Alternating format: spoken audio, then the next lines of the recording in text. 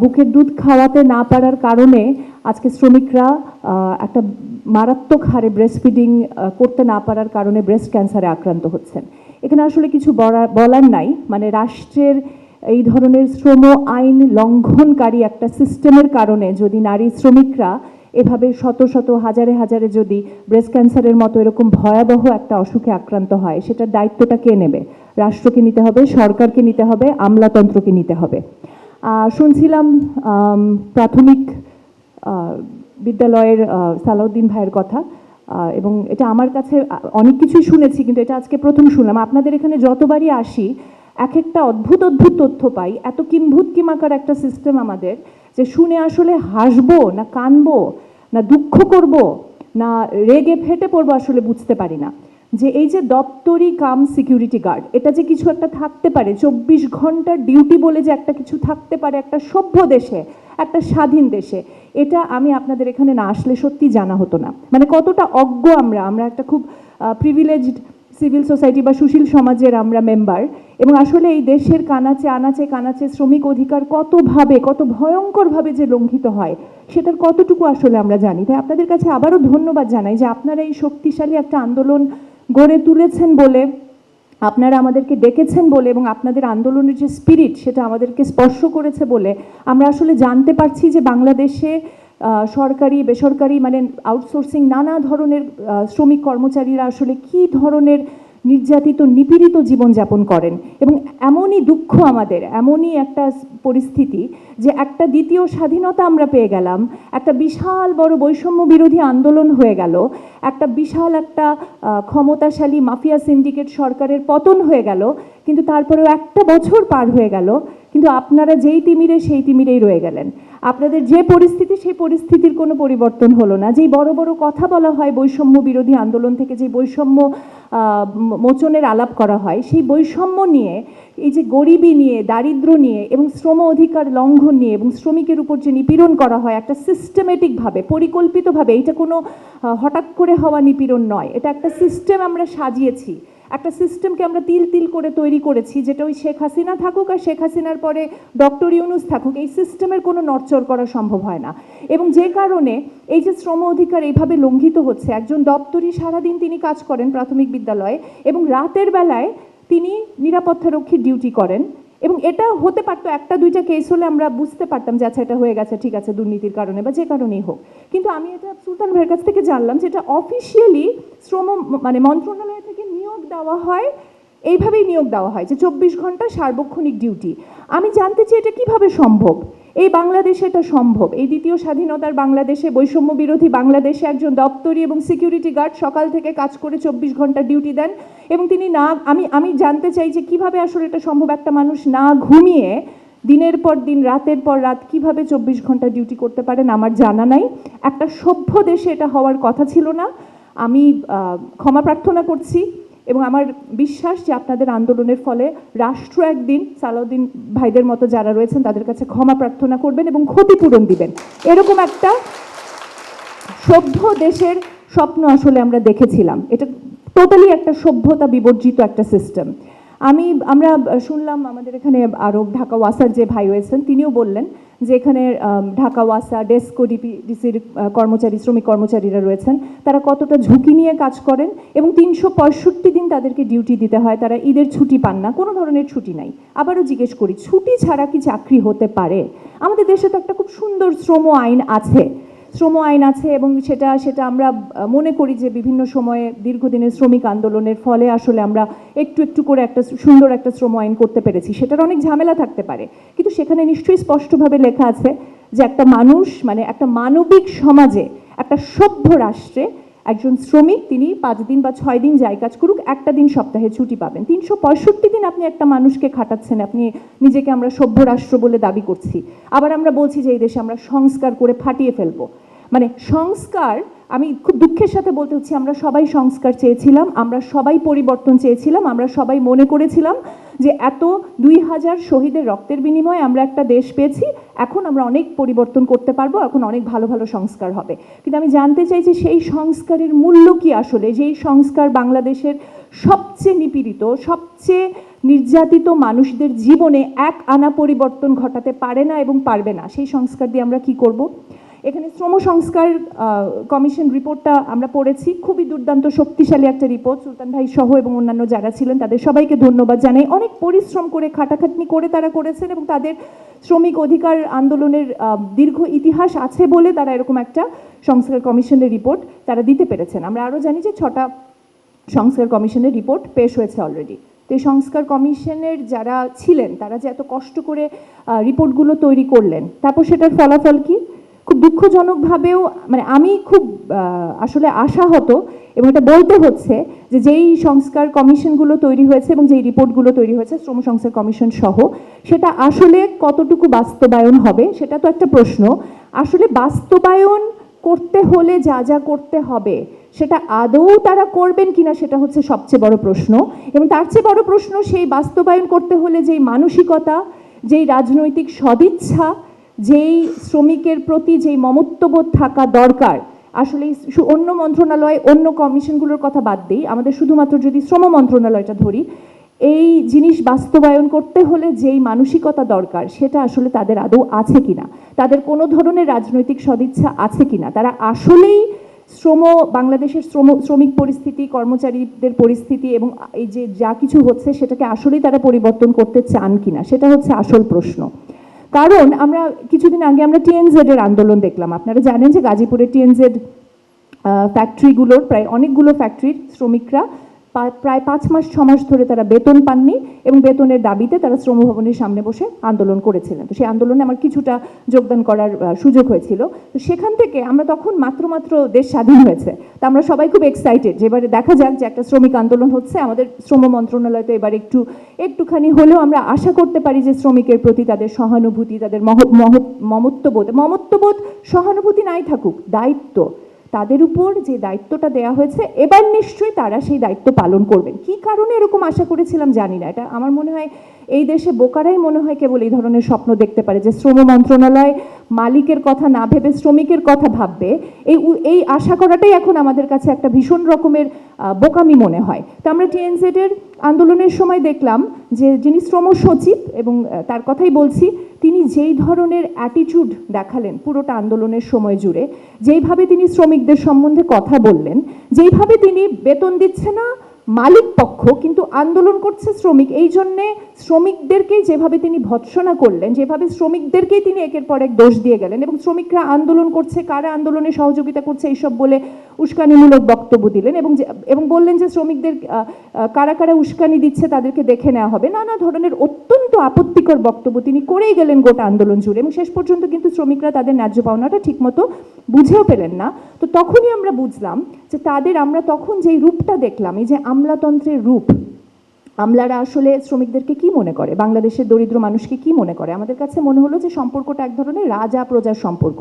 তারা রাজা, তারা কিং, তারা মহারাজা হয়ে আমলা হয়ে জনগণের ট্যাক্সের টাকায় তারা গাড়ি চালাচ্ছেন, তাদের গাড়ির তেলটা পর্যন্ত আমরা পাবলিক মানি দিয়ে পাবলিকের করের টাকায় হয়, কিন্তু তারা তাদের শ্রমিকদের দিকে যেভাবে তাকান মনে হয় যেন শ্রমিকরা হচ্ছে যে সেই 200 বছর আগে যেরকম আমরা ব্রিটিশদের সময় দেখেছি, যে জমিদারদেরকে দেখেছি যে জমিদার থাকবে এবং প্রজা থাকবে এবং জমিদাররা ইচ্ছা মতো প্রজাদেরকে তুইতকারি করবেন, তাদের সাথে ইচ্ছা মতো ব্যবহার করতে পারবেন, কোনো আইন কানুন নাই। তো তারা কিন্তু বাংলাদেশে ওই জমিদারি প্রথাটাই তারা আসলে অব্যাহত রেখেছেন। এবং আমরা দেখলাম যে গণ অভ্যুত্থানের পরে যেই এতটুকু আশা আমাদের মধ্যে হয়েছিল যে একটু পরিবর্তন হবে, কারণ এত বড় একটা সরকারের পতন ঘটে গেল, এরকম একটা ফ্যাসিস্ট স্বৈরাচারী সরকারের পতন ঘটলো, তারপরে তো কিছু পরিবর্তন তো আমরা আশা করতে পারি না। খুব দুঃখজনক হলেও সত্যি আমরা আশাহত হই যে অন্ততপক্ষে শ্রম মন্ত্রণালয়ের যারা সচিব, উপসচিব বা বড় যারা বসে আছেন পদে, তাদের কাছ থেকে আমরা দেখলাম এই যে রাজা প্রজার সিস্টেম থেকে তারা কিন্তু একেবারেই বের হতে পারেননি। তারা এখনও শ্রমিকদেরকে তারা মনে করেন তাদের প্রজাদের মতো, এবং তাদের উপর যে দায়িত্ববোধ, তারা যে কারণে বেতন পান, শ্রম ভবনের কর্মকর্তারা যে কারণে বেতন পান, শ্রম মন্ত্রণালয়ের সচিব উপসচিবরা যে কারণে বেতন পান, যে শ্রমিকের স্বার্থ রক্ষা করা, শ্রম আইনটা ঠিকমতো প্রয়োগ হচ্ছে কিনা সেটা দেখা, শ্রম আদালত ঠিকমতো কাজ করছে কিনা, শ্রম ভবনেরও যেই কাজ, এই বিষয়গুলো হচ্ছে তারা বেতন দিয়ে এই কাজটা পেয়েছেন। হ্যাঁ, তাদেরকে বেতন দেওয়া হয় জনগণের ট্যাক্সের টাকায়, কিন্তু এখানে সবাই আমরা জানি যে আসলে তারা কাদের স্বার্থ রক্ষা করেন। যখন গার্মেন্টস শ্রমিকদের আন্দোলন হয় তারা তখন একেবারে চোখ বন্ধ করে নির্লজ্জের মতো তারা গার্মেন্টস মালিকদের স্বার্থ রক্ষা করেন। আর এখন আপনাদের যে আউটসোর্সিং কর্মচারীদের যেই আন্দোলনটা হচ্ছে, এখানেও তারা মানে শ্রমিকের পাশে দাঁড়ানোর বদলে তারা আউটসোর্সিং কোম্পানি বা ঠিকাদারি প্রতিষ্ঠানগুলোর তারা স্বার্থ রক্ষা করছেন। তার মানে হচ্ছে আমরা এই আমলাতন্ত্র যদি এত বড় একটা গণঅভ্যুত্থানের পরেও যদি পরিবর্তিত না হয়, তাহলে এই আমলাতন্ত্র দিয়ে আমরা কি করব? এই এত সংস্কার করে তারা এত কিছু করে ফেলছেন, তো এই সংস্কারটা তো শুরু হতে হবে তার মানে আমলাতন্ত্র থেকে, এবং সেটা এমনি এমনি হবে না। সেটা আসলে সংস্কার বলে আমি খুব বক্তৃতা দিলাম, আমি সংস্কারের কথা বলে আমি আন্দোলন করলাম, আমি সংস্কার বলে আমি সংবিধান চেঞ্জ করে ফেললাম, কিন্তু এই সংবিধান চেঞ্জ করে আমি কল্যাণ রাষ্ট্র নিয়ে আমি খুব ভালো ভালো কথা লিখে আমি সংবিধানে সেট করে দিলাম, তারপরেও যদি আমার আমলাতন্ত্রের চরিত্র যদি না বদলায়, তাহলে যেই কথাগুলো আমি ভালো ভালো কথাগুলো লিখলাম সেটার প্রয়োগ আমি কিভাবে করব? আমার আমলাতন্ত্র নিজেই তো নিজেকে রাজা মনে করে, আমার আমলাতন্ত্র নিজে তো পাবলিক সার্ভেন্টের মতো আচরণ করে না, আমার আমলাতন্ত্র তো শ্রমিককে শ্রমিক মনে করে না, শ্রমিককে পশু মনে করে। এবং মনে করে বলেই আজকে আপনারা এইভাবে চাকরি দেওয়া হচ্ছে একটা ঠিকাদারি প্রতিষ্ঠানের মাধ্যমে, ভয়ঙ্কর দুর্নীতির মাধ্যমে, যেখানে গরিব মানুষ, দরিদ্র মানুষের কাছ থেকে, দরিদ্র পরিবারগুলোর কাছ থেকে 1 লক্ষ, 2 লক্ষ, 3 লক্ষ করে টাকা নেওয়া হয়। এবং যে ভয়ঙ্কর নিয়োগ বাণিজ্যের কথা আমরা শুনতে পাচ্ছি, এই ধরনের নিয়োগ বাণিজ্য, আমি যখন সংস্কার করতে যাব বা সংস্কার নিয়ে বড় বড় কথা বলবো বা আমলাতন্ত্রের বা জনপ্রশাসনের সংস্কারের কথা বলবো, আমার প্রথম কাজ হচ্ছে যে দরিদ্র মানুষ, দরিদ্র পরিবারের সাথে যেই দুর্নীতিগুলো হচ্ছে, অনিয়মগুলো হচ্ছে, সেখানে প্রথম আমার আঘাত করা। আপনি জনপ্রশাসন সংস্কার কমিশনের যে রিপোর্টটা দেখবেন, আমাদের এখানে তো আমরা অনেক ভাগ্যবান যে আমরা সুলতান ভাইদের মতো লোক পেয়েছি, আমাদেরকে শ্রম সংস্কার কমিশনের রিপোর্ট খুব শক্তিশালী রিপোর্ট। কিন্তু আপনি জনপ্রশাসনের সংস্কার কমিশনের রিপোর্ট দেখেন, ওই রিপোর্ট পড়ে হাসি লাগে যে ওনারা কি নিয়ে কথা বলছেন। আমলাতন্ত্র হচ্ছে বাংলাদেশে এই মুহূর্তে একটা বিস্ফোরার মতো, সেখানে কিভাবে সংস্কার করবেন, কে কোন দপ্তর থেকে আসবে, কে কোন পরীক্ষা দিয়ে কোথায় নিয়োগ হবে, কোথায় প্রশাসনিক ক্যাডার যাবে, আমি ওই রিপোর্ট পড়ে আসলে পড়ার ইচ্ছাও হয় নাই খুব একটা। মানে আমলাতন্ত্র সংস্কারে যেই ধরনের র্যাডিক্যাল, যেই ধরনের শক্তিশালী পদক্ষেপগুলো নেওয়া অসম্ভবভাবে অপরিহার্য ছিল, সেগুলো ধারে কাজ দিয়ে এই রিপোর্ট যায় নাই। এবং সেটা সবচেয়ে বড় প্রমাণ যে তারা আসলে সরকারের ভিতরে, তারা সরকার বলতে সচিব, উপসচিবের বেতন টেতন এইসব বোঝেন, কিন্তু সরকার চালাতে গেলে যে কত রকমের সার্ভিস লাগে, এবং আপনারা হচ্ছেন সেটার প্রমাণ। যে মানে আমরা যেখানেই তাকাই, কত ধরনের কাজ এই বাংলাদেশে। একজন লাইনম্যান, ঢাকা ডেস্কো এবং ডিপিডিসির একজন লাইনম্যান, তিনিও সরকারের অংশ। ঢাকা ওয়াসার একজন পাম্প অপারেটর, তিনি সরকারের অংশ। মুগদা হাসপাতাল বলেন বা ঠাকুরগাঁও হাসপাতাল বল, যে সমস্ত অনিয়ম আমরা শুনলাম, সেই সমস্ত হাসপাতালের একজন পরিচ্ছন্নতা কর্মী, যিনি 10 বছর, 15 বছর, 20 বছর ধরে সার্ভিস দিচ্ছেন, একজন আমাদের মুগদা হাসপাতালের কর্মচারী নুরুন্নাহার আপার মতো একজন মানুষ বছরের পর বছর সার্ভিস দিয়ে যাচ্ছেন, তারা সকলেই বাংলাদেশ সরকারের অংশ। সেটা আপনি স্বীকার করেন বা না করেন, তিনি সরকারি হোক বা আউটসোর্সিং হোক বা ঠিকাদারি প্রতিষ্ঠানের মাধ্যমে নিয়োগপ্রাপ্ত হোক, তিনি সরকারি কাজ করছেন, স্থায়ী কাজ করছেন। তো সরকারের অংশ যারা, তাদের সাথেই যদি এই ধরনের অমানবিক ব্যবহার করা হয়, সরকারের অংশ যারা, তাদের ক্ষেত্রেই যদি শ্রম আইনের কোনোভাবে শ্রম আইনের কোনো পরোয়া না করা হয়, তাহলে বাংলাদেশের অন্যান্য যারা শ্রমজীবী মানুষ আছেন তাদের অবস্থাটা কি? তার মানে শ্রম অধিকারের ক্ষেত্রে আমাদের বড় বড় অনেক কথা আছে, কিন্তু আমরা দেখতে পাচ্ছি যে এটা সবচেয়ে বড় ভায়োলেশন করছে, মানে সবচেয়ে বড় অপপ্রয়োগ করছে সরকার নিজে। এবং সেটা কেন করছে সেটাও আমরা ইতিমধ্যে জানি, এবং সেটাও আমাদের যে সংস্কার কমিশনের রিপোর্টগুলোর মধ্যে আমাদের মানে অন্যান্য সকল সংস্কারের ক্ষেত্রে এই কথাগুলো উঠে আসা উচিত ছিল। যে আমরা জানি যে এখানে হয় আমাদের পলিটিক্যাল লিডাররা, আমাদের রাজনৈতিক যারা নেতা রয়েছেন তারা দুর্নীতি করেন, অথবা এই ক্ষেত্রে আমরা দেখতে পাচ্ছি যে আমলাতন্ত্র সরাসরি কোটি কোটি টাকার নিয়োগ বাণিজ্যের সাথে জড়িত। এবং তাহলে এই যে আমলাতন্ত্র ঠিকাদারি প্রতিষ্ঠানগুলোর মাধ্যমে তাদের এত শখ, ঠিকাদারি প্রতিষ্ঠান দিয়ে, ঠিকাদারি কোম্পানি দিয়ে তারা নিয়োগ করবেন, এটার কারণ কি? এটা কি অকারণে হচ্ছে? আমরা যতদূর জানি যে সচিবালয়ের ভিতরেই প্রায় 1/2 বেশি কোম্পানি রয়েছে, আমি ভুল হতে পারি, আমাকে ঠিক করায় দেন, যে অনেকগুলো কোম্পানি রয়েছে যারা এই ধরনের আমলা, সচিব, উপসচিবদের সাথে কোনো না কোনোভাবে জড়িত। কখনো সচিব উপসচিবদের মা, খালা, ফুপা অথবা বন্ধু, বা অনেক সময় দেখা যায় যে সচিব উপসচিবদের পরিচিত কাউকে ধরে এনে তারা এই ধরনের কোম্পানি করে থাকেন। এবং এখানে আমলাতন্ত্রের একটা বিশাল অর্থনৈতিক বা ফাইন্যান্সিয়াল স্বার্থ জড়িত বলেই তারা আসলে কোনোভাবেই এই কাজগুলোকে তারা স্থায়ীকরণ করতে চায় না। কারণ স্থায়ীকরণ হলে তারা আসলে এই ধরনের অবৈধ নিয়োগ বাণিজ্যের মাধ্যমে যে কোটি কোটি টাকা হাতিয়ে নেওয়ার সুযোগ পাচ্ছে, সেটা সে আওয়ামী লীগ আমলের সময় থেকে শুরু হয়েছে, সেটা আসলে সেই টাকা কামানোর বা সেই লুটপাটের সুযোগটা বন্ধ হয়ে যাবে। তার মানে খুব সিস্টেমেটিকভাবে এগুলো কিন্তু কোনো আইনের বাইরেও কিছু না, তারা আইন অনুযায়ী এগুলোকে সিদ্ধ করে নিয়েছেন। তার মানে যখন আমি সংস্কারের কথা বলবো, এই যে অনৈতিক প্র্যাকটিসগুলো আমার সচিবালয় মিনিস্ট্রিতে হয়ে আসছে, এই যে একটা আউটসোর্সিং কোম্পানির একটা সিন্ডিকেট তৈরি হয়েছে যে যাদেরকে কেউ নড়াতে পারবে না, সরাতে পারবে না, তারা যা খুশি করবে এবং এরকম একটা অমানবিক শ্রমিক পরিস্থিতি তৈরি করবে, এই ধরনের আমলাতন্ত্রের সাথে যে মাফিয়া সিন্ডিকেট আছে, সেটাকে যদি আমি কিছু করতেই না পারলাম, সেটাকে যদি আমি নড়াতেই না পারলাম, আমি আমলাতন্ত্রের দুর্নীতিকে যদি আমরা কোনোভাবে সেটা পরিবর্তনের দিকে আগাতেই না পারলাম, তাহলে আসলে আমার এই দ্বিতীয় স্বাধীনতা পেয়ে কী লাভ হলো, এত বড় গণঅভ্যুত্থান পেয়ে কী লাভ হলো, যেখানে আমার 90% হচ্ছে আমার দেশের মানুষ হচ্ছে শ্রমজীবী মানুষ।